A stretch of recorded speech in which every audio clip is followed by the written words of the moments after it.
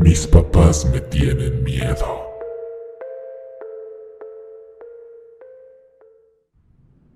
Cuando yo era mucho más joven, trabajaba en una pequeña escuela como maestra de kinder. A lo largo de todos esos años conocí muchas historias de estos niños. Algunas eran tontas y sin sentido, como es normal a esa edad. Otras eran bonitas anécdotas de viajes que hacían con sus papás y unas pocas eran siniestras. Secretos que los niños me contaban porque después de sus papás yo era la siguiente persona con autoridad y en quien confiaban. Era como otra mamá para ellos. Llegué a escuchar muchas experiencias de abusos físicos y mentales que los pequeños me contaban con voz baja y con lágrimas en los ojos. Pero una en especial fue la que más terror me causó, y lo peor fue que tiraba más por el lado paranormal. La historia me la contó una de las alumnas más obedientes y tranquilas del salón. Ella siempre me pareció una niña bien, que nunca dio indicios de tener problemas en casa. Todo comenzó una mañana en la que los niños empezaban a llegar al salón. Ella, como era costumbre, era una de las primeras en ser traída por su mamá. Cuando llegó, se sentó en su pequeña mesa y sacó un cuaderno en el que empezó a hacer garabatos. Por pura amabilidad me acerqué a ella y le pregunté que qué era lo que estaba haciendo. Solo me contestó que dibujaba. De la nada dijo una frase que marcaría el inicio de la experiencia.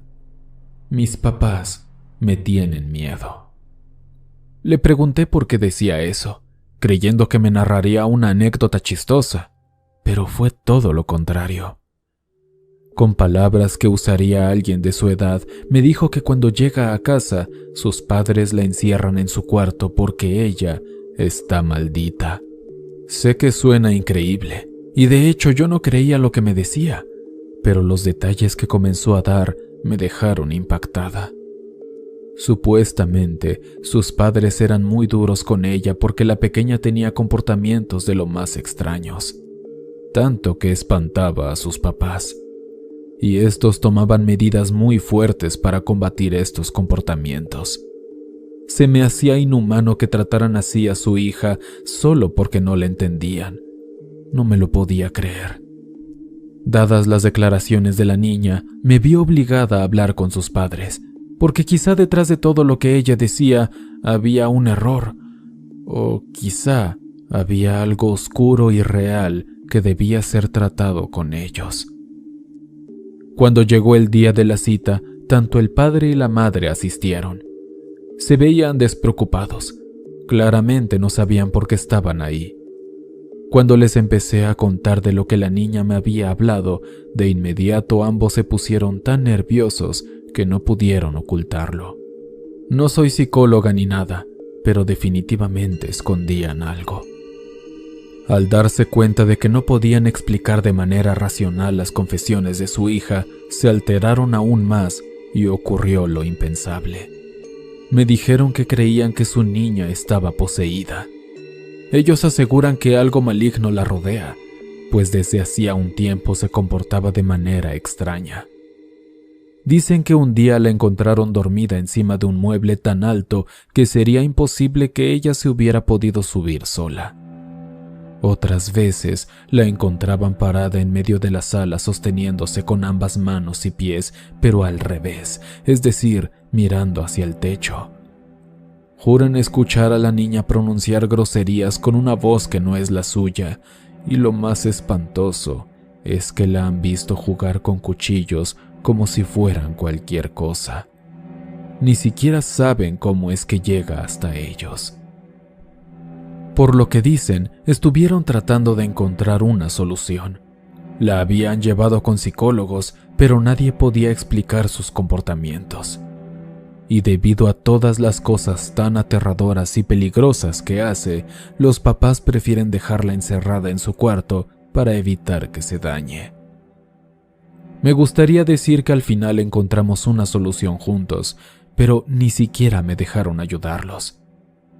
Desde aquel día no pude ver a la niña de la misma manera, aunque sinceramente yo nunca noté nada extraño en ella. Al final perdí la pista de la niña y nunca supe en qué terminó todo.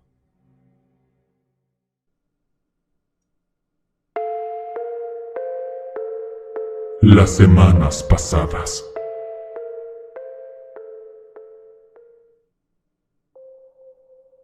Buen día a todos, y feliz Día del Niño a los que me estén escuchando.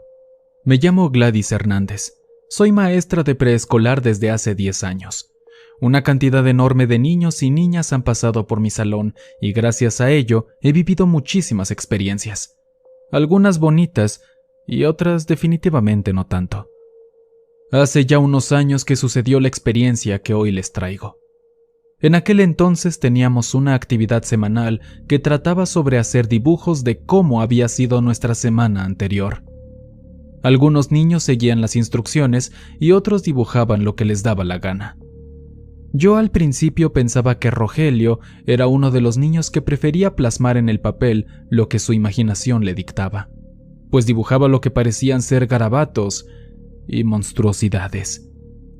Uno en especial se presentaba con frecuencia. Era una criatura negra, alta y delgada con grandes ojos rojos enfurecidos. A veces se veía al lado de un interruptor de luz, o dando a entender que lanzaba objetos. Al inicio lo regañaba y le repetía las instrucciones, pero él parecía no entender, pues seguía dibujando las mismas cosas una y otra vez. Llegaron a darme mucho miedo sus dibujos. Los hacía de una manera tan retorcida que no sabía qué pensar. Ya preocupada hablé con él y le pregunté por qué hacía estos dibujos. El niño, con el poco léxico que tenía, me dijo que eran cosas que pasaban en su casa. La alerta dentro de mi cabeza se encendió, pues llegué a pensar que era una manera de externar el maltrato físico que recibía en su hogar. Mandé a llamar a sus papás. En cuanto les mencioné y enseñé lo que su hijo hacía, ambos se horrorizaron. Pero resultaba que su sorpresa y miedo no eran producto de que desconocieran esto que salía de la cabeza de su pequeño, sino todo lo contrario. Ellos sabían por qué lo dibujaba. Me contaron que en su casa ocurren eventos extraños, que las cosas se caen, encienden y apagan luces, escuchan pasos y mucho más. Sin embargo, lo más aterrador del asunto es que ellos aseguran que el niño dice que aquello que los acosa y amedrenta en su propio hogar es aquel monstruo que aparece constantemente en sus dibujos, y la descripción que les da es siempre la misma. Es justo como la dibuja. El niño eventualmente pasó a primaria y le perdí el rastro. No sé qué habrá sido de él o de su familia, pero espero de corazón que se encuentren muy bien.